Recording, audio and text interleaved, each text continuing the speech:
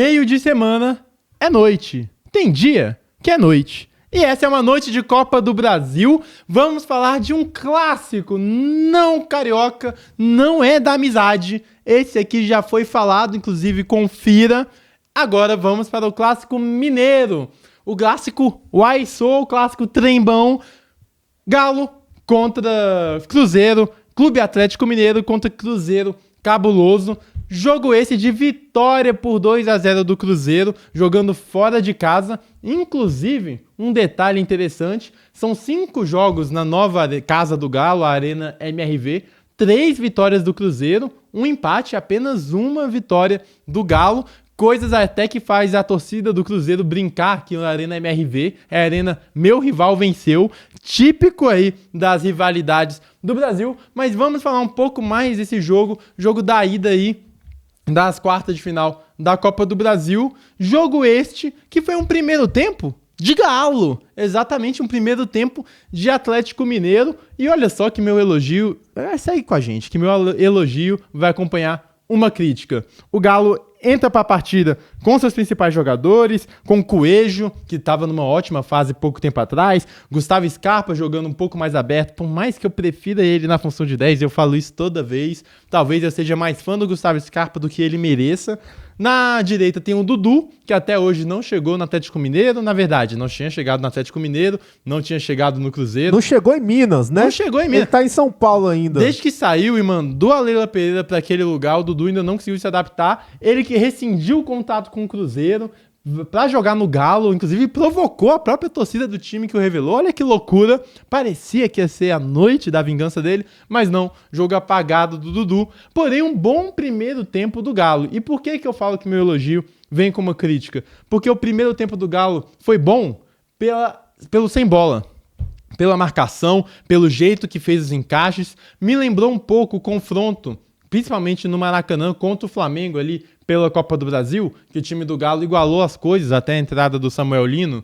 É um time que foi muito bem defensivamente. Quando eu falo defensivamente, não é de ficar retrancado, não. É de fazer uma pressão alta efetiva, de roubar muitas bolas, de muitos combates. A marcação que o Galo faz hoje é um homem a homem, que há pouco tempo atrás tinha meio que sido deixado de utilizado no futebol mundial. É um time que se funciona por marcação por encaixes, cada um marca o seu, e veio muito bem pro jogo, anulou nesse quesito praticamente o Matheus Pereira no primeiro tempo, conseguiu roubar muitas bolas no campo de ataque, conseguiu incomodar bastante a saída de bola do Cruzeiro.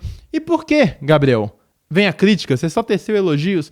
Porque o melhor jogo do Galo é quando ele não joga futebol, é quando ele vai bem sem bola. O Atlético Mineiro é um time que não joga bola, pode até equilibrar as coisas competitivamente, nos encaixes, na marcação e fazer um jogo competitivo pela energia que emprega na partida. Foi assim no primeiro tempo. Mas com a bola no pé, o time cria muito pouco. Tudo que cria praticamente depende de um Hulk esse que também estava isolado. O Galo é um time antissocial, posso determinar assim, que os jogadores não têm relação com outros, pouca aproximação, pouca troca de posição, pouca troca de passes. Ele é um time que, quando vai bem, é porque foi bem sem bola e conseguiu, num erro do adversário, fazer uma ou outra pressão. Foi assim um Galo do primeiro tempo, que foi melhor que o Cruzeiro, mas também não gerou nenhuma grande chance clara.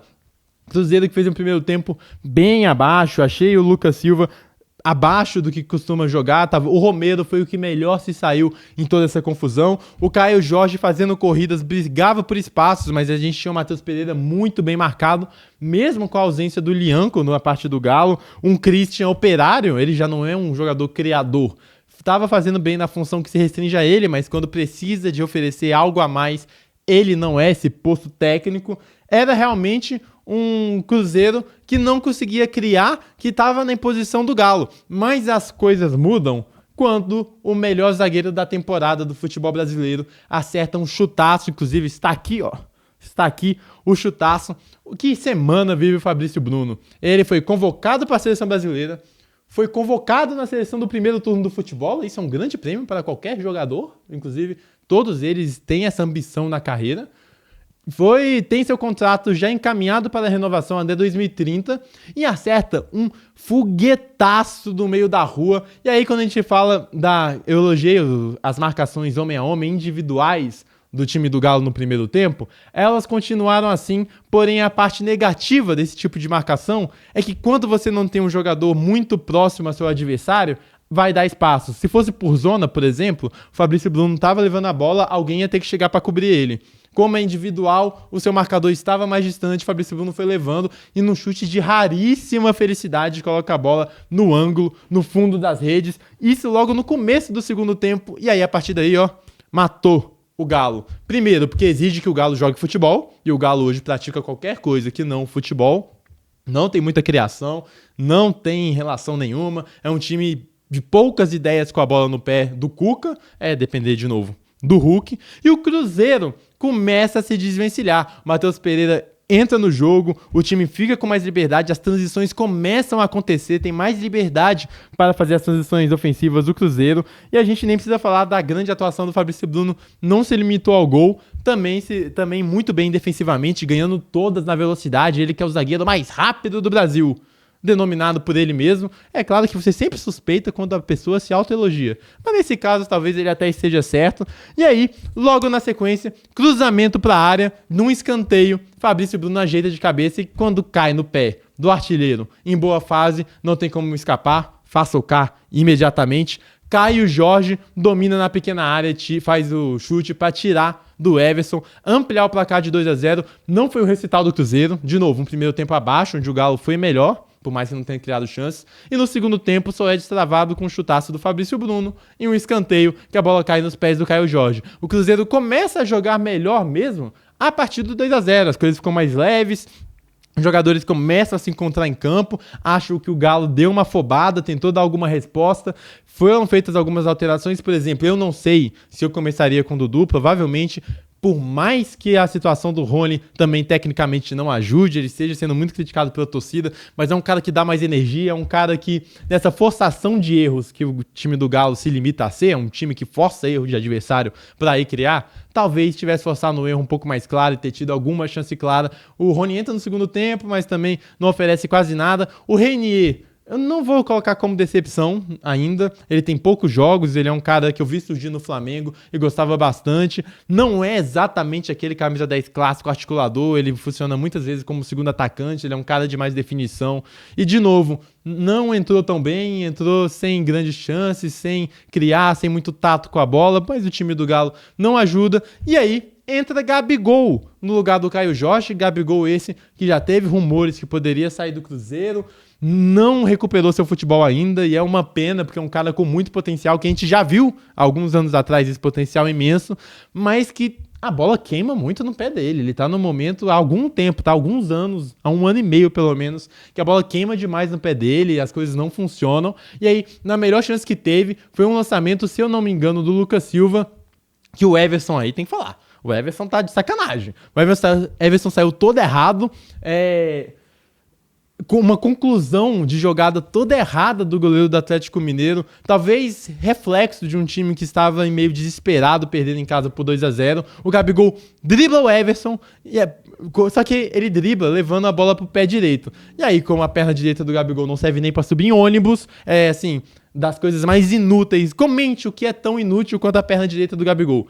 E coisa que me indigna, não é possível que até hoje o cara não treina qualquer coisa com a perna direita. E aí o tempo que demora para ele ajeitar para a perna esquerda é o tempo que chega o zagueiro, se eu não me engano, foi o Vitor Hugo, que chegou bem para evitar o gol do Gabigol, que seria o terceiro para fechar o placar. Então, resumindo, é um Galo que quando faz a sua melhor atuação no ano é porque vai bem sem bola, com bola não faz reflexo nenhum, e um Cruzeiro que tá numa boa fase para cima do seu maior rival, pelo investimento. Até a gente esperava que o Cruzeiro aqui parasse as coisas, mas chegou a passar, porque o Galo vem num ano muito ruim, já vinha de um ano passado muito ruim, investimentos do Galo não condizem com o futebol jogado, um Cuca pressionado e um Cruzeiro que consegue destravar seu jogo e começar a jogar bola depois de um belo chute do Fabrício Bruno para fazer o primeiro gol, depois uma assistência dele, fazer o 2-0 e fechar o jogo.